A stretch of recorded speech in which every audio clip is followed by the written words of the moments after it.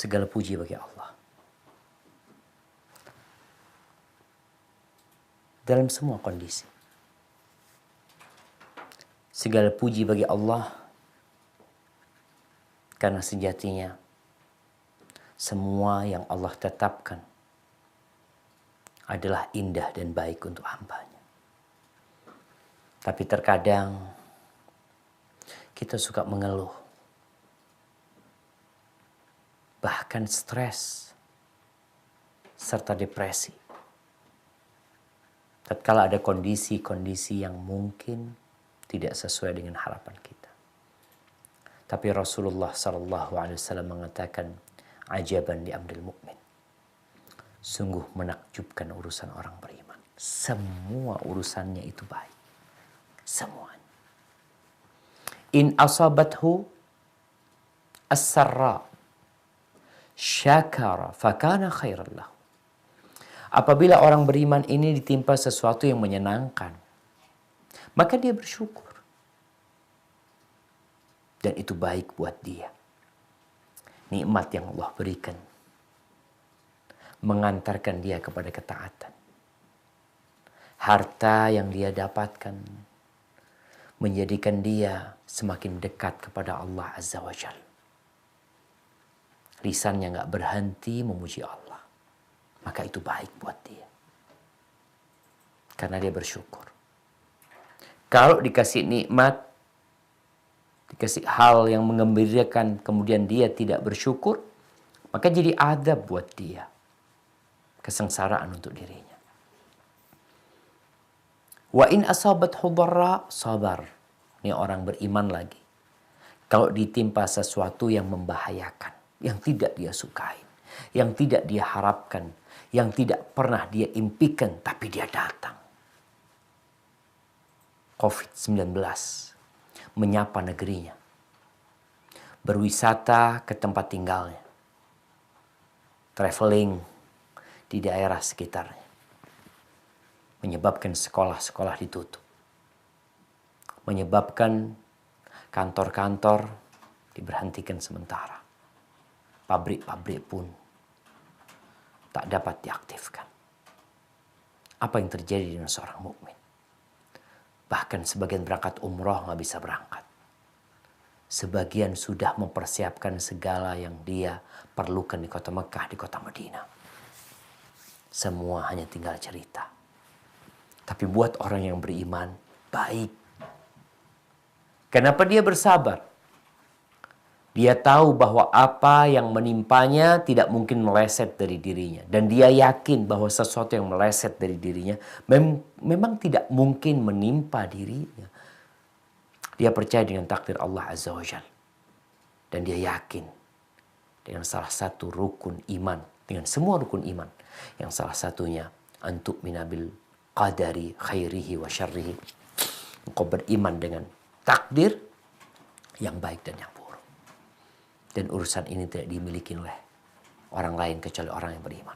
Dia bersabar, dia tidak panik, dia tidak cemas, tapi dia kembali kepada Allah Azza wa Jalla. Ahibati fillah, pada hari ini, hari Selasa, insyaallah tanggal 22 Rajab 1441 Hijriah. InsyaAllah nggak sampai 40 hari lagi kita akan masuk ke bulan Ramadan. Allahumma ballighna Ramadan. Bagaimana kita menghadapi Ramadan?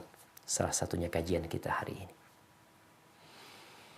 Di dalam hadis yang diriwayatkan oleh Al-Imam Ahmad dalam musnadnya dan dihasankan oleh Syekh Albani rahimahullahu ta'ala, Rasulullah sallallahu alaihi wasallam bersabda, idmanu li sittan min anfusikum adman lakumul jannah. Kata Nabi SAW, kalian jaminkan untuk aku 6 perkara. Aku garansi kalian masuk surga. Ada garansi. Kalau kita membeli barang, kenapa sebagian barang yang sama tapi harganya berbeda? Kata mereka, kualitas garansinya beda, Ustaz. Ini garansi ini garansi ini. Ini yang menggaransi Nabi SAW. Nggak akan luput. Kadangkala tertulis di bawah garansi itu syarat dan ketentuan berlaku. Nih ketentuannya 6. Syaratnya 6. Ketentuannya jaga yang 6 ini. Garansinya surga. Kalau ada seorang ustadz yang menggaransi, ustadz ini belum tentu masuk surga. Gimana menggaransi? Kadangkala ada seorang alim ulama, udah ikut ana, nanti ana bawa ke surga. Siapa yang jamin engkau masuk surga? Bisa jadi engkau masuk neraka. Dan kita semua pengikut memasuk ke neraka ikut engkau. Maka yang diikutin adalah Rasulullah SAW. Yang kata Allah mengatakan, Qul in kuntum tuhibbunallah fattabi'un. Katakan Muhammad kepada orang-orang yang mengklaim dirinya, mengaku kalau dia cinta kepada Allah, ikutin Nabi SAW. Yuhbibkumullah, ini garansi dari Allah. Ikut Nabi SAW, garansinya engkau dicintai Allah Azza wa Jalla. Wa yaghfir lakum dzunubakum. Engkau punya dosa, engkau punya kesalahan, kita nggak pernah lepas dari kesalahan dan dosa. Allah ampuni dosa-dosa kita. Ahibati fillah, apa 6 perkara yang akan kita kaji pada kesempatan kali ini yang memang harus kita lakukan kalau kita ingin selamat, kalau kita ingin masuk surga. Lisanmu senantiasa berdoa, Allahumma inni as'alukal jannah wa a'udzubika minan nar. Engkau senantiasa berdoa, Rabbana atina fid dunya hasanah wa fil akhirati hasanah wa qina adzabannar. Kita minta itu. Tapi kalau cuma lisan, amal nggak menuju ke surga, berat. Yang pertama, kata Nabi SAW, usduqu idza haddathtum. Kata Nabi SAW, jujurlah kalian ketika berbicara. Nabi cinta sama kita. Kita dikasih tahu jalan, dikasih tahu bocoran masuk surga. Mau masuk lewat mana? Ini lo pintunya, ini lo jalannya. Apa jalannya? Yang pertama, kalau bicara yang jujur. Nggak ada lagi hoax. Apalagi di masa COVID-19 nih. Kalau bicara yang jujur. Muslim itu nggak berdusta. Nggak ada jalan dusta lewat dia. Kenapa? Ana Muslim. Aku beriman. Yang dusta, munafik. Munafik itu salah satu tandanya, idza haddatsa kadzab. Kalau bicara dusta. Kalau engkau suka menyebarkan hoax, engkau suka berdusta dan berbohong, maka ada yang kurang pada diri.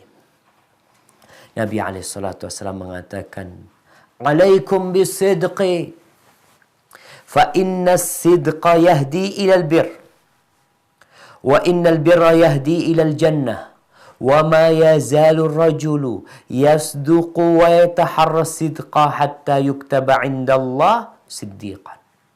Kalian harus jujur. Harus. Kenapa kok harus jujur? Karena kejujuran itu mengantarkan kepada kebahagiaan. Kejujuran itu membawamu menuju pintu-pintu kebaikan. Itu kejujuran. Dan kebaikan-kebaikan ini yahdi ilal jannah. Subhanallah. Kuncinya kejujuran membukakan pintu-pintu kebaikan. Kebaikan mengantarkan ke surga. Wa ma yazalu rajul. Dan ada seorang yang terus berusaha untuk jujur. Wa yataharra sidqa. Dan dia berusaha untuk jujur. Dalam kondisi manusia berdusta, berbohong, dia tetap jaga dirinya. Akhirnya nih orang stempel.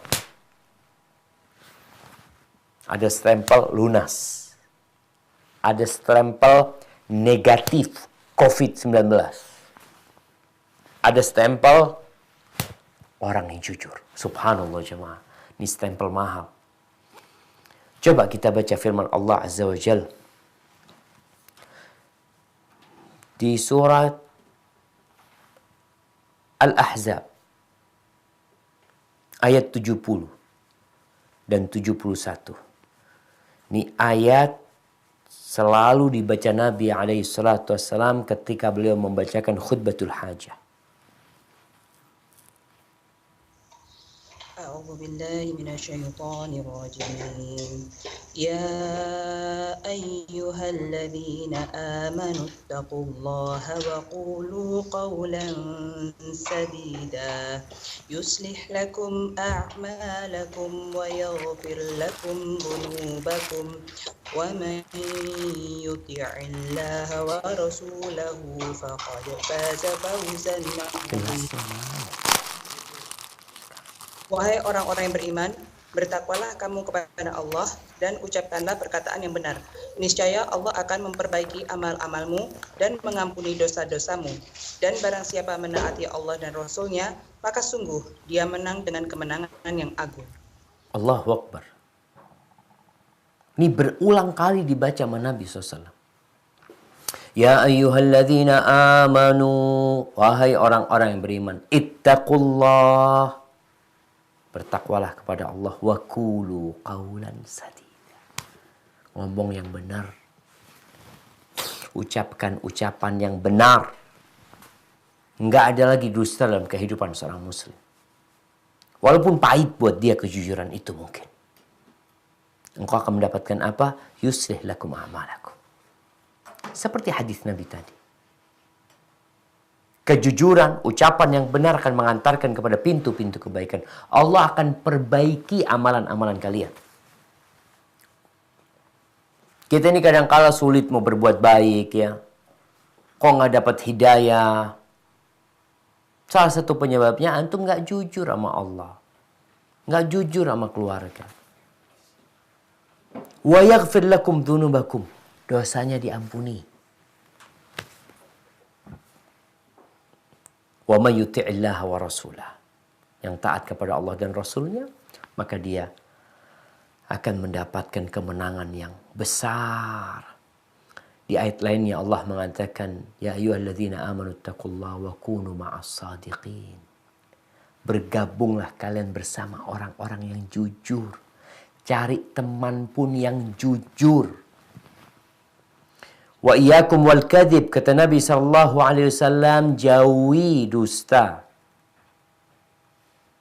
Tinggalkan dusta. Kenapa? Fa innal kadhiba yahdi ilal fujur. Dusta itu mengantarkan kepada dosa. Dusta, antum punya kunci namanya dusta. Buka pintu, pintunya itu dosa-dosa. Awalnya dusta, masuk ke dalam ruangan yang penuh dengan dosa, kemudian terus ruangan itu mengantarkan ke neraka. Sampai ada orang yang terus berdusta, dikasih tahu, diperingati, dinasehatin, tetap bohong. Jadi kita berada bersama Nabi SAW. Nabi minta air wudhunya, kemudian beliau mencuci tangannya, beliau berwudhu. Dan para sahabat mengikuti Nabi SAW. Lalu ditanya sama Nabi SAW, kenapa kalian melakukan itu? Qala hubbullah wa rasulih. Kita cinta kepada Allah dan Rasulnya. Lalu Nabi mengatakan, ini buat orang yang aku cinta kepada Allah dan Rasulnya. Kita semua mengaku followernya Nabi Muhammad SAW. Ya, kau mengaku itu. Dan Anda juga mengaku itu. Kata Nabi SAW, Fa'in ahbabtum an yuhibbakumullah wa rasuluh. Kalau kalian mau dicintai oleh Allah dan Rasulnya. Jadi tadi ketika para Nabi alaihissalam berwudu, kemudian para sahabat berebut air wudu Nabi alaihissalam, sampai yang jatuh-jatuh mereka perebutkan. Lalu mereka mengaku karena cinta kepada Allah dan Rasulnya. Lalu kata Nabi alaihissalam, kalau kalian ingin dicintai Allah dan Rasulnya, fa'addu idza tumintum. Tolong tunaikan amanah. Wasduqu idza haddatsum. Hendaklah jujur ketika berbicara. Wa ahsinu jiwara man jawarakum. Dan kalian berbuat baiklah kepada tetangga-tetangga kalian. Hadis ini diriwayatkan Imam Tabrani dan dihasankan oleh Syekh Albani rahimahullahu taala. Dan orang yang jujur, tenang hidupnya. Walaupun dia salah. Dia salah dan dia jujur mengakui kesalahannya. Dia nggak bakalan malam hari susah tidur. Tapi kalau ada orang yang bohong, yang dusta, maka kedustaan itu akan mengantarkan kepada kegalauan di hatinya. Ragu, bingung. Bahkan kebohongan itu mengantarkan dia kepada depresi dan stres. Nabi SAW mengatakan, فَإِنَّ الصِّدْقَ طُمَأْنِينَ وَالْكَذِبَ رِيبَةٌ. Kemudian apa yang membantu kita di masa sekarang ini untuk jujur? Kita semua ingin jujur. Lalu apa yang perlu kita lakukan? Yang pertama nih buat teman-teman yang hidup di dunia maya dan di dunia nyata. Terkadang sebagian kita itu lebih banyak di dunia maya daripada di dunia nyata. Yang pertama, jangan menyampaikan segala sesuatu yang didengar, yang diketahui. Jangan jadi corong jemaah. Corong. Kalau orang nuang sesuatu di botol, kadangkala dia ada tempat untuk nuangin. Jangan jadi itu. Semua yang masuk antum keluarin. Jangan. Harus disaring. Dapat broadcastan, dilihat dulu. Cross check. Tabayun. Oh, ternyata beritanya benar. Lalu lihat. Oke, beritanya benar. Manfaat enggak untuk disampaikan? Karena ada orang yang hobi ngomong. Yang hobi menebarkan berita. Hati-hati.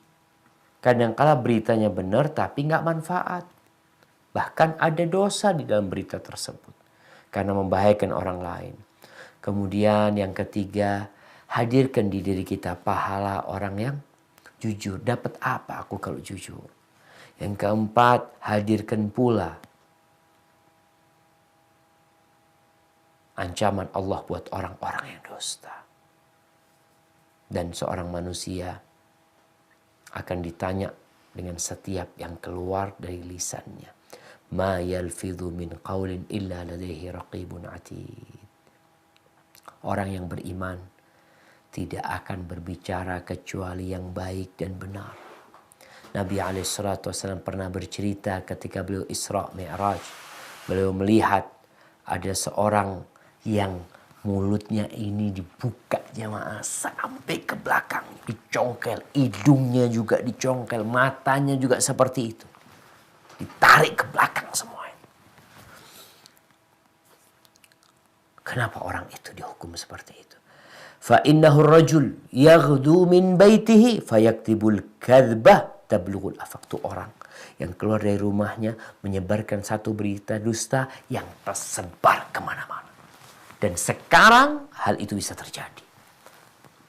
Kita bohong satu dusta, satu dunia tahu kebohongan kita. Maka semakin menakutkan zaman sekarang. Ahibati fillah, dan kita tahu yang banyak memasukkan orang ke neraka adalah lisan kita. Maka ihfad lisanaka, jaga lisannya. Baik, Syarat yang kedua kalau ingin dijamin surga sama Nabi sallallahu alaihi wasallam, wa aufu idza wa'adtum. Kalau berjanji tepati. Wa aufu bil ahdi innal ahda kana mas'ula. Janji-janji kalian tepati. Sesungguhnya janji itu akan ditanya. Kita bakal ditanya. Ketika antum tidak mampu untuk memenuhi janji, jangan berjanji. Kadang-kala kita mengatakan insya Allah dan kita tahu kita tidak mampu atau kita tidak mau menempati janji tersebut, maka insya Allah kita bohong. Orang itu udah berharap, padahal engkau tidak pernah mau menepati janji tersebut. Ketika dipaksa, afwan, ana enggak, kalau janji enggak. Kita lihat bagaimana Rasulullah SAW menekankan urusan janji, menepati janji. Yang orang-orang munafik yang berada di keraknya neraka, salah satu sifat mereka kalau berjanji mereka ingkar janji. Ketika perang Badar, jumlah pasukan Nabi SAW itu 300 belasan. Orang-orang musyrikin 1000-an. Hudzaifah ibn Yaman gak ikut perang Badar. Kenapa? Jadi Hudzaifah ibn Yaman ini dalam perjalanan bersama ayahnya. Di tengah jalan ditawan oleh orang-orang kafir Quraisy. Lalu mereka mengatakan kepada Hudzaifah dan ayahnya, "Oh, kalian mau berangkat menuju ke Muhammad untuk memperkuat barisannya, memperkuat pasukannya. Faqulna ma nuriduhu, ma nuridu illa al-Madinah." Enggak, kita enggak mau ke sana, kita mau ke Madinah. Kita enggak mau ke Badar, kita mau ke Madinah. Lalu orang-orang itu mengambil janji dari Hudzaifah dan ayahnya bahwa kita akan ke Madinah dan tidak berperang membantu Nabi SAW. Itu janji yang mereka buat dengan orang-orang kafir. Ingat janjinya sama orang kafir. Lalu ternyata Hudzaifah ini tidak berangkat ke Madinah. Dia berangkat menjumpai Rasulullah SAW. Lalu kita sampaikan kepada Nabi SAW apa yang sudah kita janjikan kepada orang-orang kafir Quraisy. Lalu apa kata Nabi SAW? Insarifa, kalian pulang ke Madinah. Tepati janjinya. Nafilahum bi'ahdihim, kita tepati perjanjian yang sudah dibuat dengan mereka. Wa nasta'inullah alaihim, kita minta tolong sama Allah dalam menghadapi mereka. Ini janji sama orang kafir. Subhanallah jemaah. Jadi antum yang punya perjanjian-perjanjian, tolong ditepatin. Bahkan kalau ada perjanjian yang kita tidak mau tepatin. Jadi umpamanya dalam perjanjian itu musuh tidak menepati janji mereka, berkhianat, atau kita takut musuh ini akan membatalkan perjanjiannya, ya udah kita lepas perjanjian itu. Artinya tatkala kita menyerang mereka, perjanjian itu udah lepas. Jangan berjanji damai kemudian kita menyerang dari belakang, nggak boleh. Setelah perjanjian itu dibatalkan, silahkan. Semua tahu kalau perjanjian sudah tidak ada. Tapi ketika ada perjanjian, tepati janji. Subhanallah, Rasulullah SAW mengatakan, Innal ghadir yunsabu lahu liwa'un yawmal qiyamah. Orang yang mengingkari janji, nanti pada hari kiamat akan dikasih bendera. Orang itu bawa bendera. Bendera itu tertulis hadhihi ghadratu fulan bin fulan. Nih. Ini pengkhianatan atau pengingkaran janji dari Fulan bin Fulan. Dilihat orang. Pada hari itu yauma tublas sarair. Semua yang tersembunyi akan Allah tampakkan. Semua yang kau kerjakan pada hari ini sembunyi-sembunyi. Dan kita tahu kita tidak ingin dosa-dosa kita dilihat orang, bakal ditampakkan nantinya. Maka hendaklah engkau menampakkan sesuatu yang baik. Jemaah, masyarakat akan hidup tentram dan makmur ketika perjanjian-perjanjian yang dibuat di antara mereka ditepati. Tapi tatkala al-wafa, kesetiaan dalam menepati janji itu hilang, kepercayaan akan hilang di masyarakat. Yang akan terjadi kekacauan nanti. Kalau nggak mampu menepati janji, jangan berjanji. Taib, syarat yang ketiga. Kalau ingin dijamin masuk surga, wa addu idza tumintum. Kalau dikasih amanat, tolong ditunaikan. Nah, coba dibuka surat Al-Ahzab ayat 72. Tadi kita di surat Al-Ahzab ayat 70-71. Lanjutkan di surat Al-Ahzab ayat 72.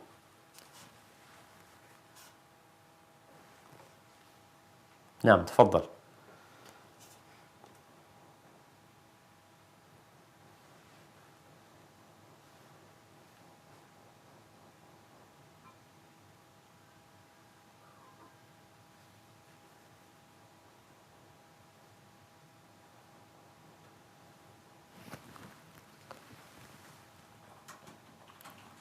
Nah, tafadhal. Ada yang mau baca?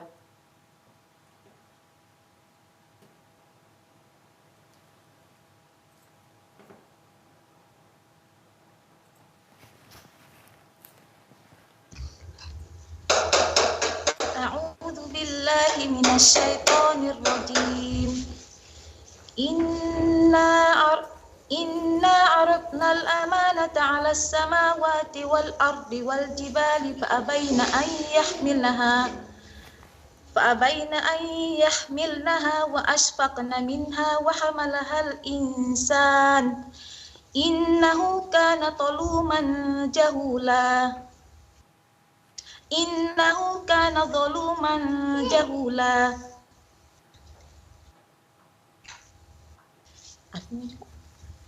Sesungguhnya kami telah menawarkan amanat kepada langit, bumi, dan gunung-gunung. Tetapi semuanya enggan untuk memikul amanat itu. Dan mereka khawatir tidak akan melaksanakannya. Lalu dipikullah amanat itu oleh manusia. Sungguh manusia itu sangat zalim dan sangat bodoh. Allahu Akbar. Amanah itu sudah dipukul manusia. Dan kita penuh kezaliman dan kebodohan. Jaga amanah itu.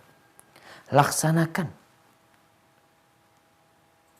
Tunaikan. Langit menolak dikasih amanah sama Allah. Bumi pun, gunung-gunung pun takut mereka. Dan kita mengemban amanah tersebut dalam posisi kita ini bodoh. Sehingga kita perlu belajar, perlu ngaji. Kita zalim. Maka kita perlu menjaga diri kita. Jamaah rahimakumullah. La imana liman la amanata lahu. Nggak beriman tuh orang yang nggak amanah. Kembali kita tahu sifat orang munafik. Pengkhianat mereka. Ketika engkau dikasih amanah, tolong dijaga. Amanah dalam urusan sama Allah. Ya, ketika dikasih badannya sama Allah, jaga. Dikasih perintah sama Allah, laksanakan.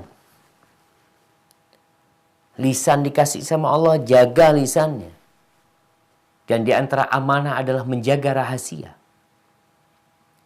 Kata Nabi SAW, kalau ada orang berbicara kepada temannya, thummal tafat, kemudian dia noleh, ini bicara ngomong sama temannya, tapi dia noleh-noleh dulu.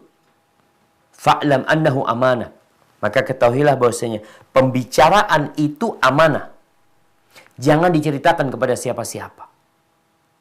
Jadi rahasia yang disampaikan itu amanah. Kemudian di antara amanah yang perlu dijaga adalah amanah yang di atas ranjang antara suami istri. Itu amanah. Jangan cerita-cerita sama siapapun. Bahkan termasuk syarrun nas. Manusia yang paling jahat adalah manusia yang kumpul sama istrinya, istrinya kumpul sama dia, kemudian dia ceritakan kepada orang. Seperti setan yang ketemu sama pasangannya di pinggir jalan, lalu dia kumpulin tuh pasangan. Itu termasuk amanah. Jadi kalau ada orang yang berbicara amanah, luas sekali amanah. Amanah dari Allah kepada kita. Amanah dari saudara kita, sesama umat Islam. Maka kita jaga amanah dari Allah Azza wa Jalla.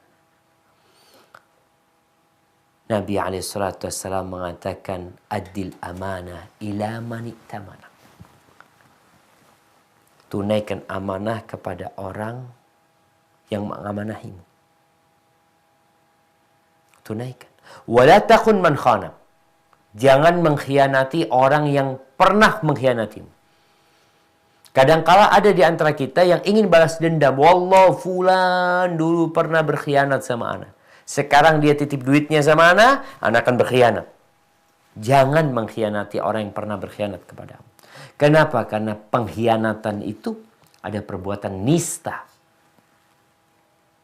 Sampai kapanpun, dimanapun, jangan pernah mengkhianati orang yang pernah mengkhianatimu. Dan Nabi SAW ketika menyebutkan di antara sifat orang munafik, kasih amanah sebagai pejabat negara, pemimpin nih amanah. Kasih amanah sebagai pemimpin yayasan, sebagai kepala sekolah, jaga tuh amanah. Karena ada orang yang dikasih amanah ternyata berkhianat. Kalau kita lihat sekarang di Indonesia, banyak penjara penuh dengan para pengkhianat bangsa atau para pengkhianat rakyat. Mereka dipilih oleh rakyat, dikasih amanah untuk memakmurkan negerinya, ternyata dia memakmurkan perutnya sendiri. Ada yang seperti itu. Bukan rakyat yang dia pikirkan, yang dia pikirkan dirinya, keluarganya, mulai dari Pak RT umpamanya. Pak RT dapat amanah, beras bagikan kepada fakir miskin. Amanah tuh. Jangan sampai hanya untuk keluargamu. Yang lainnya nggak dapat. Pak RW seperti itu, kepala desa, dapat dana desa, tuh amanah. Jangan untuk ganti mobilmu. Jangan untuk merenovasi rumahmu. Jangan untuk kawin lagi. Uang untuk rakyat, kembalikan ke rakyat. Makanya kadang-kala anak bingung, kenapa sih orang rebutan jabatan yang itu merupakan amanah, berat. Tapi kenapa mereka rebutan? Atau karena mereka orang-orang yang memang ingin memakmurkan rakyatnya? Wallahu a'lam. Tapi yang jelas itu amanah. Yang jadi bupati amanah. Dia bukan kursinya yang dia pertahankan. Tapi yang dia harus pertahankan bagaimana amanah ini sampai ke setiap rakyat yang memberikan amanah itu kepada mereka. Kemudian itu yang ketiga. Yang keempat yang perlu dijaga, wahfadzu furujakum. Jaga kemaluan kalian. Fitnah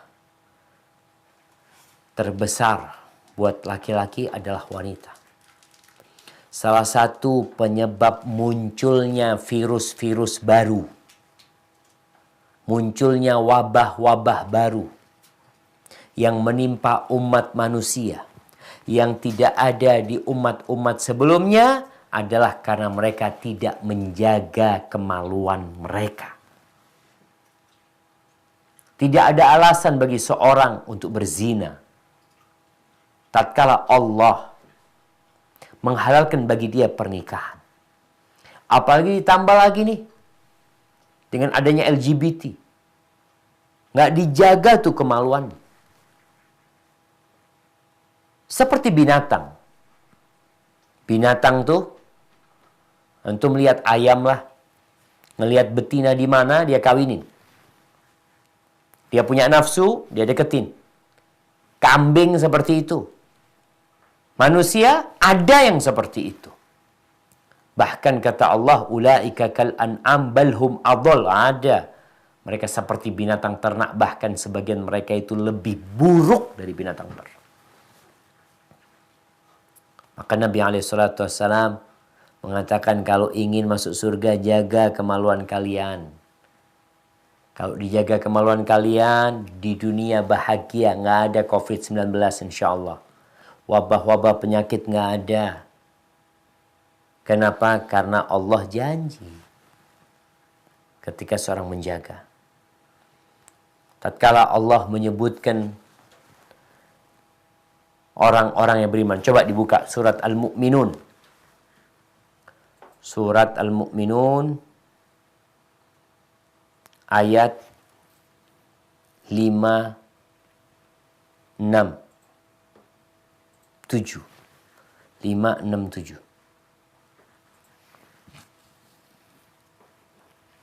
Ya, surah Al-Mu'minun ayat 5, 6, dan 7.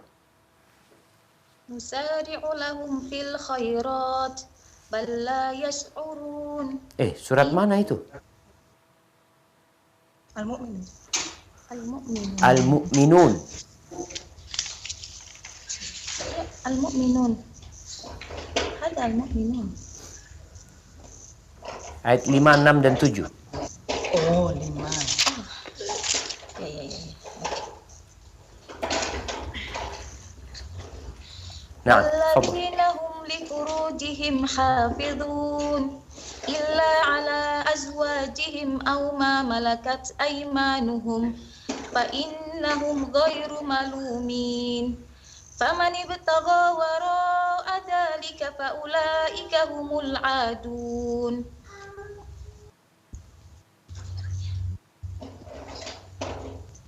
Dan orang-orang yang memelihara kemaluannya kecuali terhadap istri-istri mereka atau hamba sahaya yang mereka miliki, maka sesungguhnya mereka tidak tercela. Tetapi barang siapa mencari di balik itu zina dan sebagainya, maka mereka itulah orang-orang yang melampaui batas. Barakallahu fikum. Gimana tidak dikatakan melampaui batas? Disuruh nikah, zina. Makanya Allah Azza wa Jalla mengatakan, wala taqrabuz zina innahu kana fahishatan wa sa'a sabila. Jangan mendekati zina. Zina itu perbuatan yang keji, yang menjijikkan, jalan yang buruk sekali. Kalau sekarang muncul public figure, artis-artis, pemain sepak bola yang jadi idola sebagian muslimin, yang mereka kumpul kebo, hamil di luar nikah, dan mereka bangga. Sesuatu yang dimurkain Allah, engkau ketawa-ketawa menyampaikannya, bahkan engkau menontonnya. Mungkin kau tidak terasa, alam bawah sadarmu seakan-akan mengagungkan idolamu. Seharusnya engkau laknat, karena dilaknat para pezina. Seharusnya engkau jauhin. Seharusnya engkau unfollow, tinggalkan semua itu. Tapi kemungkaran dianggap biasa. Itu orang-orang yang melampaui batas. Dikasih rizki yang halal, cari yang haram. Subhanallah jemaah. Rasulullah SAW ketika memerintahkan para pemuda, kita tahu fitnah para pemuda besar. Maka beliau mengatakan, ya ma'asyarasy syabab, wahai kaula muda, man istata'a minkumul ba'a falyatazawwad. Siapa di antara kalian memiliki kemampuan untuk menikah, tentunya hendaklah menikah.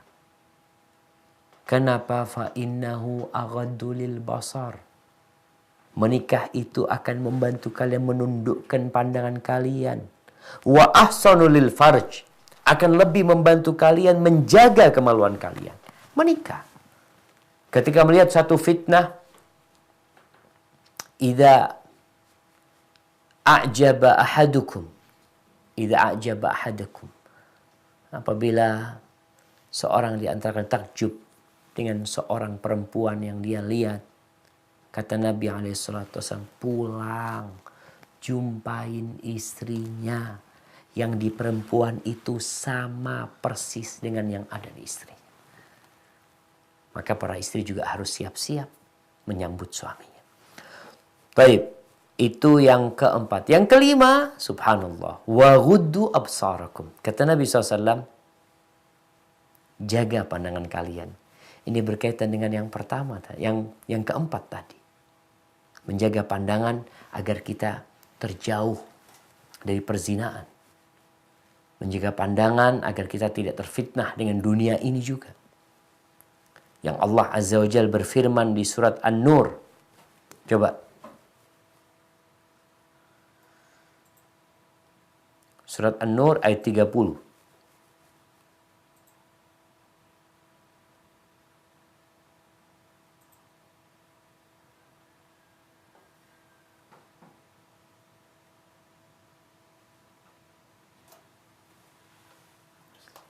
Nah,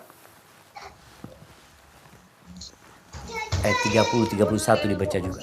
Nah, min absarihim wa yahfadhu furujahum dzalika azka lahum innallaha khabirum bima yasnaun. Katakanlah kepada laki-laki yang beriman agar mereka menjaga pandangannya dan memelihara kemaluannya. Yang demikian itu lebih suci bagi mereka. Sungguh Allah Maha mengetahui apa yang mereka perbuat. barakallahu fikum. Nah, Allah mengatakan, qul lil mu'minin yaghuddu min absarihim. Katakan kepada orang-orang beriman. Di ayat 31 Allah mengatakan, wa qul lil mu'minat. Katakan kepada wanita-wanita beriman. Sama nih. Laki-laki yang beriman, perempuan yang beriman diperintahkan untuk menjaga pandangan matanya demi menjaga kemaluannya. An-nadhra, pandangan mata ini, sahmun min sihami iblis al-masmuma. Anak panah iblis yang beracun. Kalau bicara anak panah beracun, nggak harus anak panah itu masuk ke jantung kita, baru mati. Orang kalau kena anak panah yang tidak beracun, mungkin terkena tangannya, terkena kakinya, mungkin kena kupingnya, itu masih bisa sembuh insya Allah. Tapi kalau anak panah itu beracun, nggak perlu masuk, nyerempet dan melukai, selesai itu. Masuk ke darahnya, maka dia akan terinfeksi dengan racun tersebut. Bukan terinfeksi, terkena racun tersebut, dan dia bakal mati. Maka tatkala kita berjalan, tundukkan pandangan kita. Nggak ada lagi acara, apalagi sekarang COVID-19 nih. Acara jalan-jalan ke mall ya. Melihat sana, melihat sini. Kalau ada perlunya, berangkat, beli pulang. Selamatkan diri kalian. Bukan karena COVID-19, juga karena kita tahu ada dosa-dosa di jalanan sana yang menyebabkan kita akhirnya nanti berzina. Maka jaga, tundukkan pandangan kalian. Rasulullah SAW memerintahkan laki perempuan menundukkan pandangannya dan diperintahkan laki perempuan menutup auratnya demi menciptakan masyarakat yang selamat dari penyakit-penyakit masyarakat, agar tidak muncul sampah-sampah masyarakat. Dengan cara jaga kemaluan dan tundukkan pandangan mata. Yang terakhir, yang keenam, kata Nabi SAW, wa kuffu aidiakum. Jangan gangguin orang. Jaga tangan kalian. Jangan menzalimin orang lain. Jangan ngambil harta orang lain. Pokoknya tangan ini dikasih sama Allah untuk yang baik-baik. Nggak ada lagi pencurian. Nggak ada lagi riba. Orang tuh yang makan riba menzalimin orang. Ada yang menipu juga sama, nggak jaga tangannya. Rasulullah SAW, subhanallah, ketika beliau ditanya tentang orang mukmin dan orang muslim. Al-mu'min man aminahun nas. Orang mukmin itu orang yang orang lain merasa aman dari gangguan dia. Wal muslim man saliman nas min lisanihi wa yadihi. Yang namanya muslim, yang orang lain itu selamat dari gangguan tangan dia dan lisan dia. Itu orang muslim dan mukmin. Jadi kalau engkau mengaku muslim, mengaku mukmin, tolong jaga tanganmu. Nggak ada lagi nipu-nipu saudaranya. Jaga lisanmu, jangan menyakitin orang lain. Ketika itu pantas engkau mendapat predikat muslim atau mukmin. Ahibati fillah, Rasulullah sallallahu alaihi wasallam ketika menjaminkan 6 perkara ini. Yang pertama adalah jujur ketika berbicara. Amanah. Janjinya ditepatin. Tundukkan pandangan, jaga kemaluannya, dan jaga tangan kita. Nabi itu sayang sama kita sallallahu alaihi wasallam. Tapi memang kitanya yang kadangkala nggak bisa ngontrol diri kita. Rasulullah sallallahu alaihi wasallam mengatakan, "Mathali wa mathalukum." Permisalan aku sama kalian ini, kamathali rajulin awqada naran. Seperti seorang yang ketika di malam hari dia hidupkan api, dia bakar kayu, dia hidupkan api. Dia ingin menghangatkan dirinya. Atau dia hendak memasak sesuatu. Faja'alal janadibu wal farash. Tahu-tahu yang namanya serangga-serangga. Yang biasanya kalau ada lampu itu datang. Laron. Atau belalang. Atau apalah. Yang biasa datang ketika ada cahaya. Itu serangga-serangga datang menuju api ini. Karena dia berpikir di tempat itu ada kehangatan buat mereka. Ada yang mereka cari. Ternyata mereka masuk ke dalam api. Dan orang itu berusaha untuk menghalangi serangga-serangga ini. Kata Nabi SAW. Wa ana akhidun bihujazikum minan nar. Aku itu memegangin. Hujaz itu tahu tali sarung ini. Orang dipegang. Dipegangin tuh pinggangnya sama Nabi SAW dari pakaiannya. Supaya tidak masuk ke neraka. Wa antum tafallatuna min yadayya. Tapi kalian itu terlepas dari tanganku. Ditahan sama Nabi SAW. Nabi itu ingin semua umatnya masuk surga. Ingin semuanya selamat dari api neraka. Tapi kita malah yang berlomba-lomba untuk masuk neraka. Ahibati fillah. Yang namanya garansi. Yang kita suka dengan garansi tersebut. Maka terserah mau apa tidak. La ikraha fid din. Nggak ada pemaksaan dalam beragama. Faman sya'a falyu'min wa man sya'a falyakfur. Yang mau beriman silahkan, yang mau kafir silahkan. Nabi SAW menjelaskan kepada kita nih. Kayak gini nih. Mau tafadhal. Dan 6 perkara ini perlu kita tunjukkan kepada umat manusia. Di Indonesia ada 200 lebih yang mengaku muslim. Maka kita perlu sampaikan kepada mereka, kalian itu benar muslim apa enggak? Nih, jaminan. Kalau engkau muslim mengamalkan hal ini, Allah Azza wa Jalla akan memasukkan kita ke surga. Tapi bisa jadi memang kita tuh nggak mau masuk surga. Ada sebagian yang nggak percaya sama surga.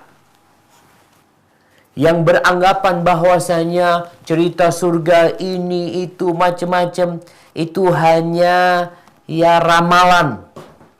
Bukan ramalan. Kita beriman. Yang nggak beriman sama surga, yang nggak akan masuk surga tentunya. Yang tidak beriman dengan neraka, dia nggak akan selamat dari api neraka. Tapi memerlukan perjuangan memang. Kalaupun kita udah beriman, nggak Ustaz, ana yakin Ustaz. Tapi kok berat banget ya buat jujur. Berat banget untuk ya menepati janji, berat banget untuk amanah. Sejatinya semua itu akan jadi mudah kalau Allah memudahkan bagi kita. Solusinya minta bantuan sama Allah. Katakan Allahumma a'inni ala dzikrika wa syukrika wa husni ibadatik. Barakallahu fiik. Mungkin kita masuk ke sesi tanya jawab. Nah, barakallahu fiik. Nah, silakan jamaah.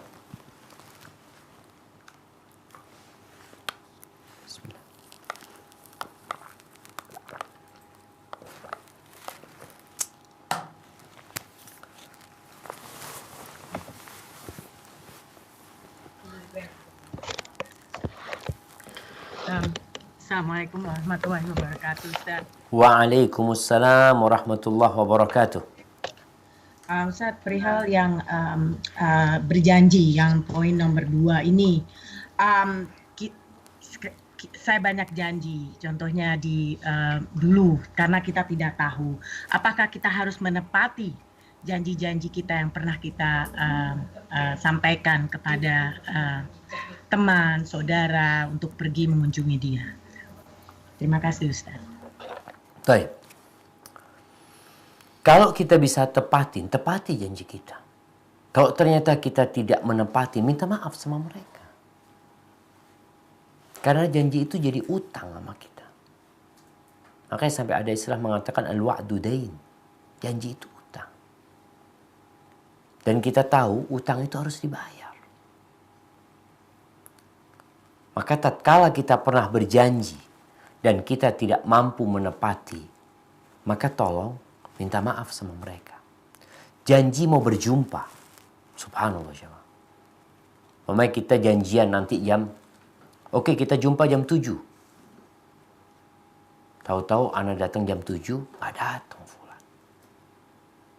Ingkar sama janjinya. Ketika nggak bisa datang, sampaikan. Afwan, anak nggak bisa datang. Jangan membuat saudara kita akhirnya menanti dan berharap. Ketika engkau tidak mampu, nggak ada masalah kalau memang nggak mampu. Afwan, anak dulu janji ya, mau ngasih ini kepadamu. Kok kayaknya anak nggak mampu, anak minta maaf seperti itu. Selesai sudah. Ini berkaitan dengan manusia. Maka adalah seorang mukmin itu jangan meremehkan janji-janjinya. Allah mengatakan innal ahda kana mas'ula. Tuh janji-janji bakal ditanya nantinya. Maka persiapkan jawaban. Ketika memang tidak mampu menepati, tolong nggak usah janji, cabut janjinya. Mohon maaf sama mereka. Hada wallahu a'lam bissawab. Assalamualaikum Ustadz, kami dari Kuala Lumpur, Malaysia. Waalaikumsalam warahmatullahi wabarakatuh. Ada titipan pertanyaan mengenai isi dalam surat Al-Haqqah ayat 19 dan ayat 25. Disebutkan penerimaan buku amalan kita dari sisi kanan dan kiri. Sedangkan dalam surat Al-Insyiqaq ayat 11 disebutkan penerimaannya dari belakang. Apakah ada perbedaan orang yang menerima kitab dari kiri atau kanan dan dari belakang? Apakah yang dari belakang lebih tidak baik atau bagaimana maksudnya Ustaz? Jazakallahu khair. Barakallahu fiik. Naam. Iya.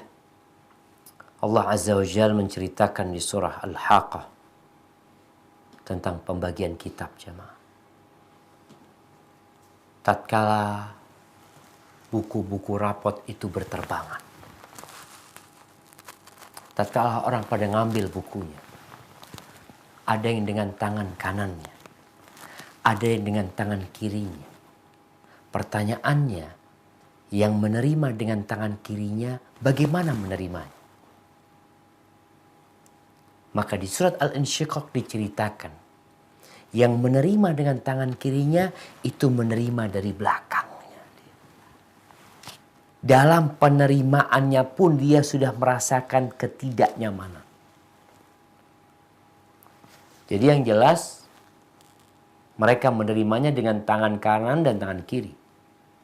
Adapun bagaimana yang menerima dengan tangan kirinya, apakah seperti ini menerimanya? Allah ceritakan min wara'i dhahri. Dari arah belakangnya dia terima. Biasanya kita nerima dari depan. Tapi sejak menerimanya dia dia sudah. Artinya tangan kanannya ingin ngambil nggak bisa. Tangan kirinya menerima itu dari arah belakang. Jadi menerima tetap dengan tangan kirinya, tapi model penerimaannya bagaimana? Di surat Al-Insyiqaq diceritakan menerima dari belakang punggungnya. Ini hanya tentang bagaimana menerima dengan tangan kiri.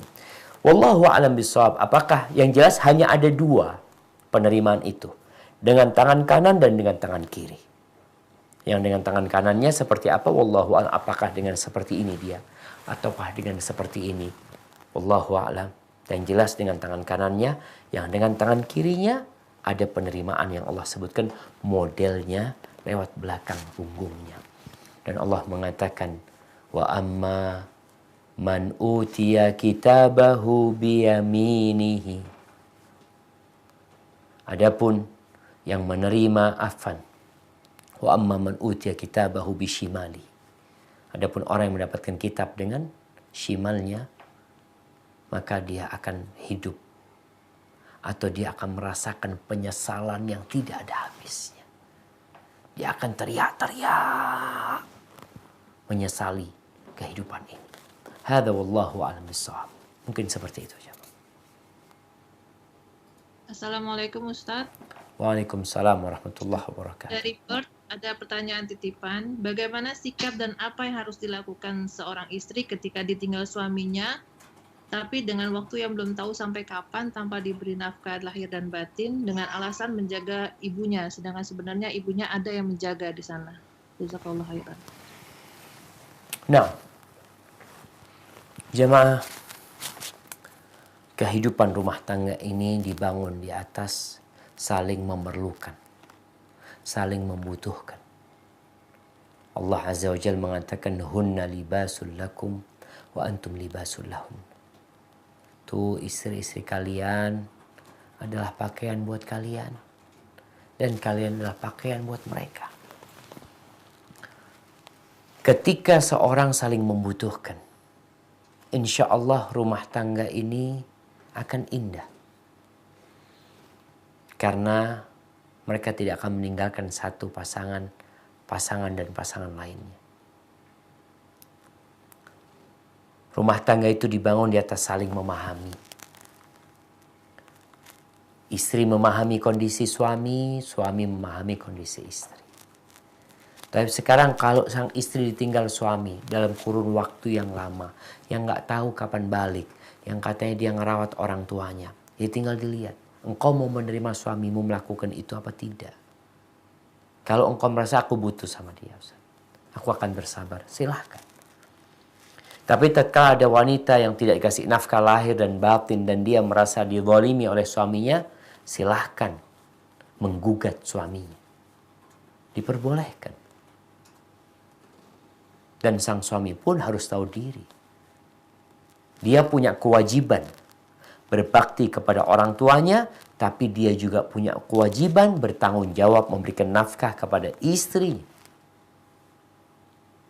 Ketika dia tidak mampu melaksanakan kewajiban dia, karena posisi dia jauh dari istrinya, apalagi dikatakan dia hendak merawat orang tuanya, maka tatkala dia nggak mampu, jangan sampai engkau berbakti sama orang tua, tapi mendolimin sang istri.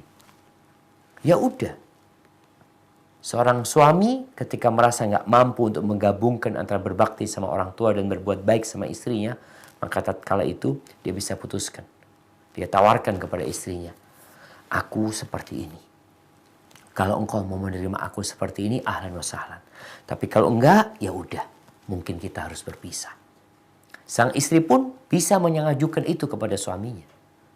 Ketika suaminya tidak pernah memberikan nafkah kepada dia, maka sampaikan, bang, kalau seperti ini terus, mungkin abang lebih baik nyeraikan aku. Supaya abang tidak mendolimi aku, dan aku pun tidak hidup sengsara. Seperti orang memiliki suami, tapi suaminya juga nggak ada. Terkatung-katung hidupnya. Maka nasihat buat perempuan yang mungkin mendapati suami yang seperti itu. Ada suami yang mungkin kerja ke luar negeri, 2 tahun di sana. Sang istri kalau menerima kondisi tersebut silahkan. Tapi kalau dia nggak mampu, nggak kuat, ya udah diajukan cerai kepada suaminya, dan khulu yang diajukan itu sesuai dengan alasan syariat. Sehingga nggak apa-apa buat dia. Jangan sampai sang istri tidak menggugat khulu. Dia merasa dizalimi oleh suaminya. Dia tidak gugat khulu, dia menerima kondisi tersebut, tapi dia merasa dizalimin sama suaminya. Engkau kalau merasa dizalimin, silahkan gugat khulu. Suamimu nggak mampu, sudah itu yang bisa dia lakukan. Dan terkadang dalam rumah tangga ini ada yang namanya islah. Damai, udahlah. Umpamanya sang suami mengatakan, aku akan kasih nafkah kepadamu lebih, umpamanya. Tapi aku mau tinggal sama orang tua.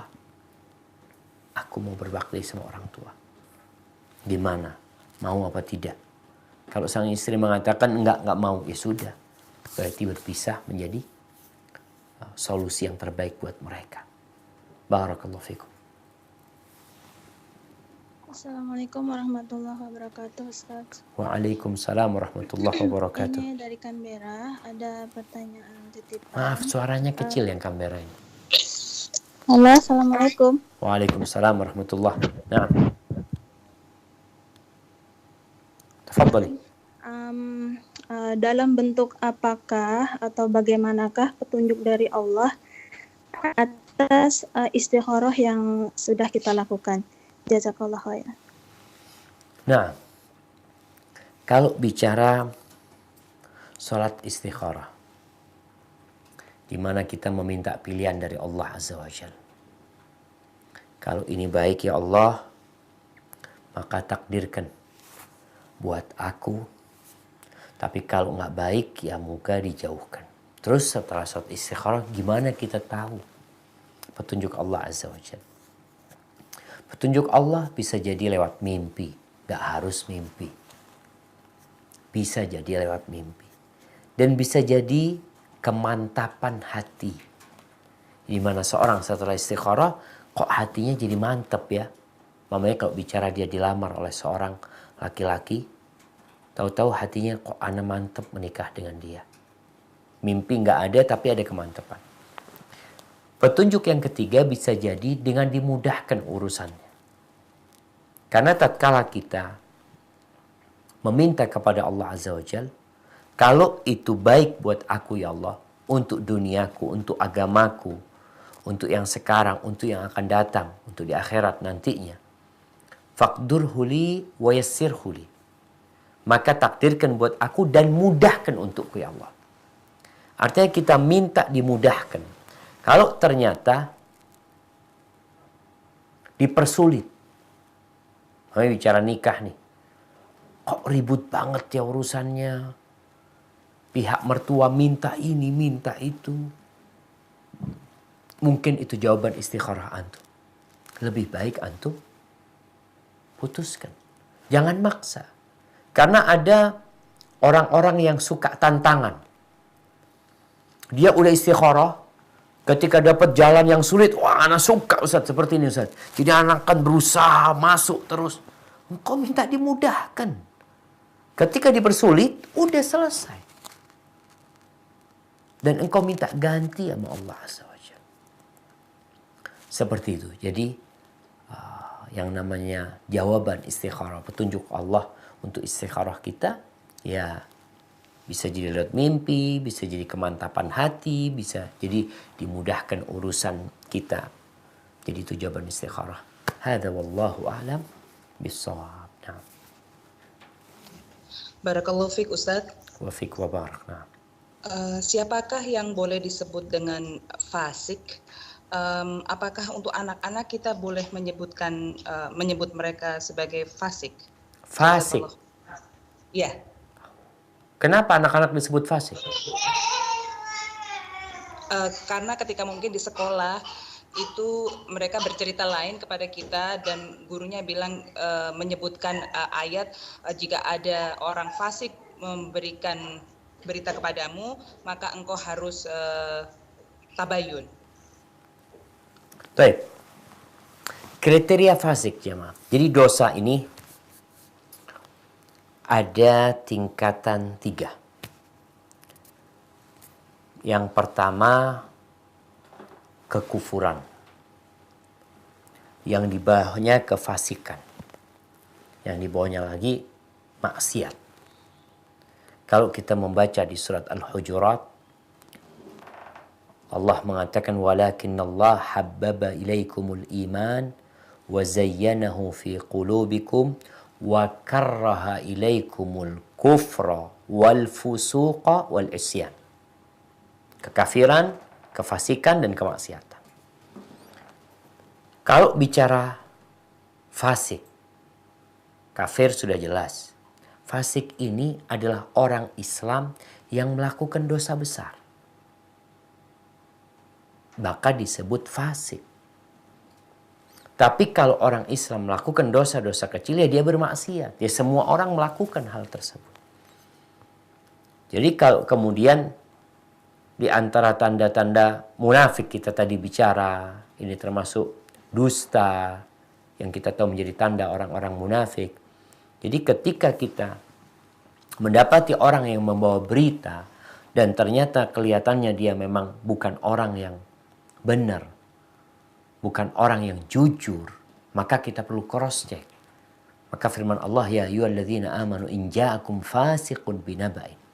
Itu orang fasik, melakukan dosa, suka bohong mungkin. Maka kita hendaklah bertabayyun. Jadi kalau bicara apakah anak-anak bisa disebut fasik? Apabila anak-anak itu telah sampai ke umur baligh, sudah baligh nih, dia mulai dicatat sama malaikat sudah. Maka tatkala dia melakukan dosa besar, maka dia disebut fasik. Tapi bisa jadi kita itu dapat berita yang kita nggak tahu orang ini jujur apa dusta. Kita nggak tahu gitu. Makanya kalau kita melihat, memang ada khilaf di antara para ulama tentang apakah hukum asalnya seorang mukmin itu thiqah. Artinya orang muslim, kita nggak tahu, nggak kenal. Apakah berita dari dia kemudian kita bisa terima? Atau dia masuk kategori yang majhul. Yang kita nggak tahu pun kondisi dia ini. Artinya kondisi dia itu kita nggak tahu. Gimana dengan berita yang dia bawa? Apakah kita bisa terima? Sedangkan kita nggak tahu fulan ini orang baik apa orang fasik, kita nggak tahu. Maka posisi kita yang lebih aman tetap cross check. Kita perlu tahu kebenaran berita yang disampaikan dia. Adapun menyebut dia fasik, mungkin enggak karena kita nggak tahu. Namun ayat itu memang berkaitan dengan berita dari orang fasik. Dan para ulama menyebutkan berita dari orang-orang yang kita tidak tahu kondisi dia. Maka dalam ilmu hadis ada yang disebut dengan majhul. Nggak dikenal. Artinya orang ini orang baik atau orang buruk, nggak ada yang menjelaskan tentang dia. Ada majhulul hal, ada majhulul ain. Ini dibahas oleh para ulama dalam kitab-kitab mustalahul hadis. Jadi intinya ketika ada berita dari orang yang kita tidak mengetahui kondisi dia, ayat itu bisa kita pakai. Kita tidak menghukumin orang itu fasik, tapi kita ingin mengecek kebenaran berita yang dia bawa. Hadza wallahu a'lam bissawab. Assalamualaikum Ustaz. Ini dari Waalaikumsalam warahmatullahi wabarakatuh. Ya. Pertanyaannya, bagaimana menjalankan amanat yang diberikan untuk memimpin organisasi Islam di sini, sementara keterbatasan kita antara waktu dan tenaga. Jazakallah khair. Afwan, yang terakhir apa? Sementara kesempatan? Keterbatasan waktu dan tenaga, Ustaz. Assalamualaikum warahmatullahi wabarakatuh. Barakallahu fikum.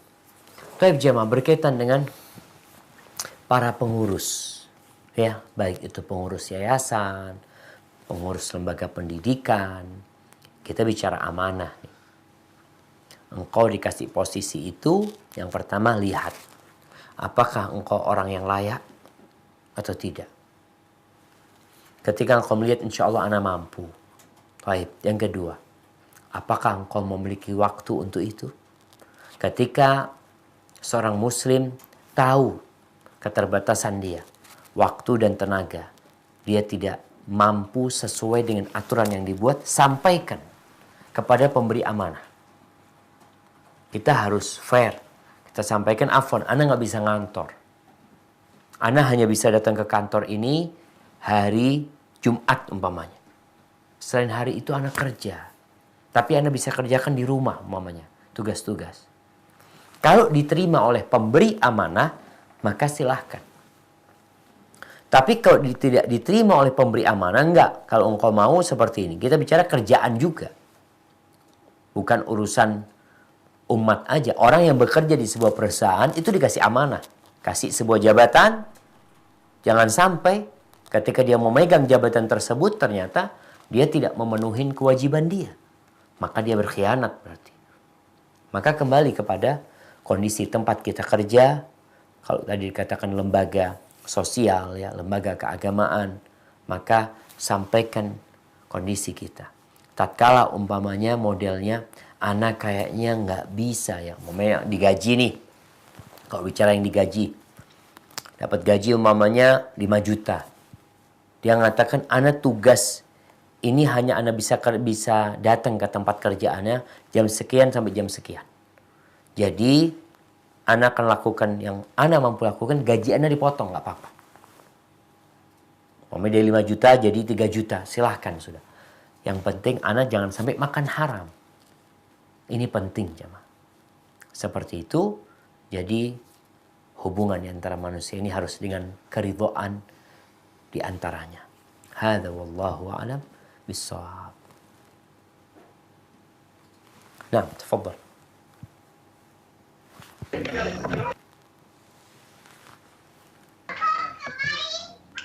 Assalamualaikum Ustaz. Waalaikumsalam warahmatullahi wabarakatuh. Apabila kita tidur, kaki kita itu menghadap kiblat, boleh apa tidak Ustaz? Karena kita dengar ada larangannya. Sekian pertanyaan dari kami. Assalamualaikum warahmatullahi wabarakatuh. Waalaikumsalam warahmatullahi wabarakatuh. Nah, berkaitan dengan menyelonjorkan kaki ke kiblat, baik itu tidur atau sedang duduk, melonjorkan kaki ke kiblat, apakah ada larangan? Wallahu a'lam bishawab. Jadi dulu memang kita kadang-kala ada sebagian jamaah itu yang melarang kita untuk menyelonjorkan kaki ke kiblat. Dalihnya apa? Menghormatin kiblat. Itu yang mereka sampaikan. Memang kita harus menghormatin kiblat. Dengan apa? Sesuai dengan cara yang diperintahkan oleh Nabi Muhammad SAW. Karena kalau bicara menghormatin kiblat, ada yang menghormatin kiblat dengan tidak menyelonjorkan kaki menghadap kiblat. Ada yang dua, kalau dari Ka'bah tuh mereka keluarnya mundur jemaah. Tidak mau membelakangi kiblat. Jadi keluarnya mundur. Kemudian subhanallah, kemarin kita ke Masjidil Aqsa, ketika kita sempat mengunjungi tembok ratapan orang-orang Yahudi, ternyata ada kelompok orang Yahudi yang selesai dari tembok ratapan itu mundur. Anda lihat sendiri, mundur dia dalam rangka menghormati tembok ratapan. Pertanyaannya, apakah seperti itu Nabi Muhammad SAW mengajarkan? Jadi kalau bicara yang dilarang sama Nabi SAW adalah tidak boleh kita membuang hajat itu menghadap kiblat atau membelakangi kiblat. Itu yang terlarang. Kalau menyelonjorkan kaki ya, menuju ke arah kiblat dan kita juga tidak ada perasaan untuk menghinakan kiblat, Anda rasa nggak ada masalah. Adapun mereka yang melarang itu, maka diperlukan dalil dari Al-Quran, dari sunnah Nabi SAW. Kalau sekedar mereka mengatakan enggak lah demi menghormati atau apa macam-macam, ya berarti ini hanya bicara tentang pendapat, bukan bicara tentang syariat bagaimana yang diperintahkan Allah dan Rasulnya dalam hal ini. Karena memang sebagian ulama, kalau nggak salah Abu Hanifah rahimahullah ta'ala, beliau itu karena menghormatin gurunya atau ulama yang lainnya, itu di rumahnya dia tidak berani selonjoran kakinya menghadap ke rumahnya gurunya. Seperti itu ya. Dalam bentuk dia menghormatin gurunya. Hadza wallahu a'lam bishawab. Assalamualaikum Ustadz, pertanyaan dari Perth lagi. Waalaikumsalam warahmatullahi wabarakatuh. Nah, silahkan. Ya, Assalamualaikum warahmatullahi wabarakatuh, Ustaz. Waalaikumsalam warahmatullahi wabarakatuh. Masalah sholat suruh, apakah itu dilakukannya bagi orang yang sholat subuh di masjid saja?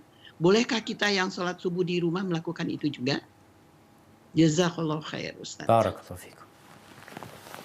Ahibati fillah. Jadi masalah sholat syuruk ini memang banyak menjadi pertanyaan ya, khususnya buat ibu-ibu. Yang pertama berkaitan dengan hadisnya, memang ada perselisihan di antara para ulama. Ada yang mensahihkan, ada yang mendhaifkan.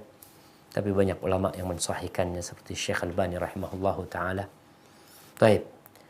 Dalam hadis itu disebutkan man shallal ghadata fi jama'ah. Barang siapa yang sholat subuh berjamaah. Jelas nih, berjamaah di masjid, duduk di tempat sholatnya sampai matahari terbit. Gimana dengan wanita? Yang wanita ini tidak dianjurkan sholat di masjid. Tidak dianjurkan sholat di masjid. Laki-laki meninggalkan rumahnya ke masjid dapat 27. Perempuan sholat di rumahnya lebih baik daripada dia sholat di masjid. Kalau dia dapat 27 sama kayak laki-laki, di rumahnya dia lebih baik. Entah berapa yang didapat oleh wanita. Tapi yang jelas, sholat yang perempuan di rumah lebih baik di masjid. Dari sinilah timbul pembahasan para ulama. Gimana wanita supaya dapat fadilah sholat syuruk tadi? Apakah tetap harus ke masjid? Atau bisa dia lakukan di rumah? Syekh bin Baz rahimahullahu ta'ala, beliau lebih condong kepada yang mengatakan, kalau perempuan sholat di rumahnya, di tempat sholat dia di rumahnya, kemudian dia duduk di tempat sholat dia, berzikir, mengingat Allah Azza wa Jal sampai matahari terbit, kemudian dia sholat sunnah 2 rakaat, maka dia akan mendapatkan seperti pahala umrah dan haji yang sempurna. Ini pendapat Syekh bin Baz rahimahullahu ta'ala. Adapun Syekh Ibn Utsaimin rahimahullahu ta'ala, beliau berpendapat perempuan yang sholat di rumahnya, duduk di tempat sholatnya sampai matahari terbit, kemudian dia sholat, dia berada dalam kebaikan yang besar. Tapi apakah dia dapat pahala seperti pahala orang yang lelaki yang di masjid sampai syuruk tadi? Allahu a'lam. Jadi intinya memang ada perbedaan pendapat di antara para ulama. Yang jelas kita kerjakan. Kita ini kan sedang membicarakan tentang pahalanya dapat enggak. Amalannya boleh dikerjakan yang jelas. Kerjakan udah. Dapat apa? Yang jelas rahmat Allah itu luas meliputin segala sesuatu. Apa yang kau pinta insya Allah engkau akan dapatkan. Hadza wallahu a'lam bissawab. Assalamualaikum warahmatullahi wabarakatuh, Ustadz. Waalaikumsalam warahmatullahi wabarakatuh. Ini dari Canberra lagi. Pertanyaannya, bagaimanakah bentuk tawakal yang sempurna tanpa melibatkan nafsu pribadi kita? Jazakallah khair. Barakallahu fiik. Nah, ini kita di masa COVID-19. Muslim itu memang harus benar-benar tawakal kepada Allah Azza wa Jalla. Apa sih tawakal yang sebenarnya? Yang di dalam hadis burung itu, yang kata Nabi alaihi salatu wassalam, "Lau annakum tawakkaluna 'ala Allahi haqqa tawakkulihi la razaqakum kama yarzuqut tayra taghdu khimasan wa taruhu bitanan." Kalau kalian tawakal kepada Allah dengan sebenar-benarnya tawakal, niscaya Allah akan memberikan rizki kepada kalian seperti yang Allah berikan kepada burung, di mana dia keluar dari rumahnya di pagi hari dalam kondisi perutnya kosong dan pulang dalam kondisi perutnya penuh. Apa makna tawakal yang sebenarnya? Jadi makna tawakal yang sebenarnya adalah athiqatu billah wal-i'timad alaihi. 2 yang disebutkan oleh para ulama. Syarat tawakal yang benar. Yang pertama, percaya, yakin sama Allah. Jadi tawakal itu percaya dan yakin sama Allah. Kalau Allah yang memberi, kalau Allah yang melarang, kalau Allah yang maha kuasa atas segala sesuatu. Ini percaya sama Allah. Nggak cukup cuma percaya. Yang kedua, wal-i'timad alaihi. Bersandar kepada Allah. Jadi, tawakal yang sebenarnya adalah percaya sama Allah, kemudian bersandar sama Allah. Kita ini dalam kehidupan, kadang-kala percaya sama orang, tapi kita nggak mau bersandar sama dia. Tapi sebaliknya, kita kadang-kala bergantung sama orang, bukan karena kita percaya sama dia, karena nggak ada orang lain. Makanya kita cari fulan, jadi manajer tempat kita, atau fulan, kita kerjakan di rumah kita. Kenapa kalau kerjakan fulan? Kata dia, ya nggak ada orang lain lah, udahlah kita pakai dia. Makanya seperti itu. Sedangkan tawakal ini, percaya dan bersandar.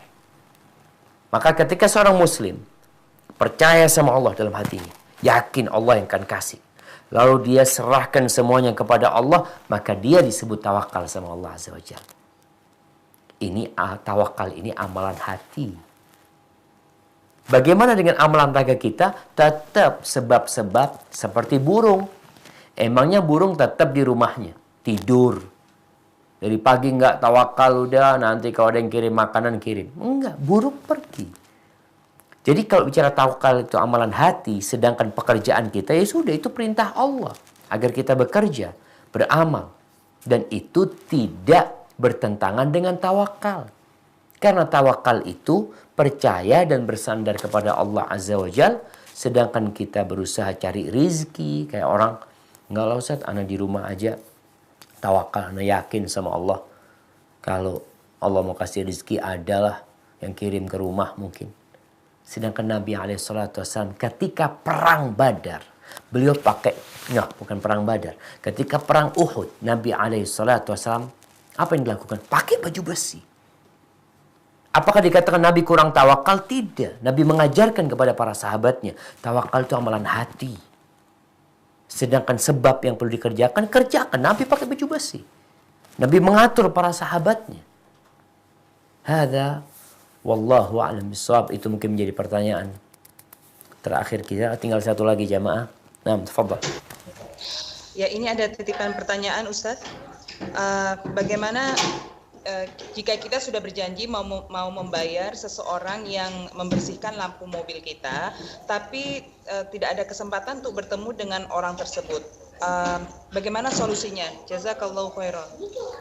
Solusinya ditransfer fulusnya.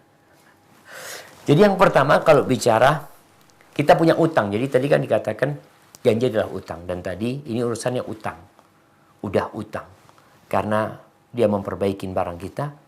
Kita punya tanggungan untuk membayar, lalu kita nggak bisa jumpa sama dia. Kalau orang itu memang tidak dapat dijumpai, tidak ketemu di mana tempat tinggal dia, maka uang itu kita sedekahkan atas nama orang tersebut. Nanti ketika jumpa sama orang itu kita jelaskan. Dulu ana pernah punya janji mau bayar, ana nggak ketemu antum. Akhirnya karena ana takut uang itu, akhirnya ana sedekahkan atas nama antum. Kalau dia terima, alhamdulillah. Nggak terima, kita bayar lagi. Tapi kalau posisinya kita sulit ketemu orang itu, tetap kita harus bayar. Ada orang tersebut di tempat ini. Tinggal kita cari jalan dengan ditransfer, atau kita titip sama teman kita, sama saudara kita, yang jelas harus dibayar yang seperti itu. Barakallahu fiik.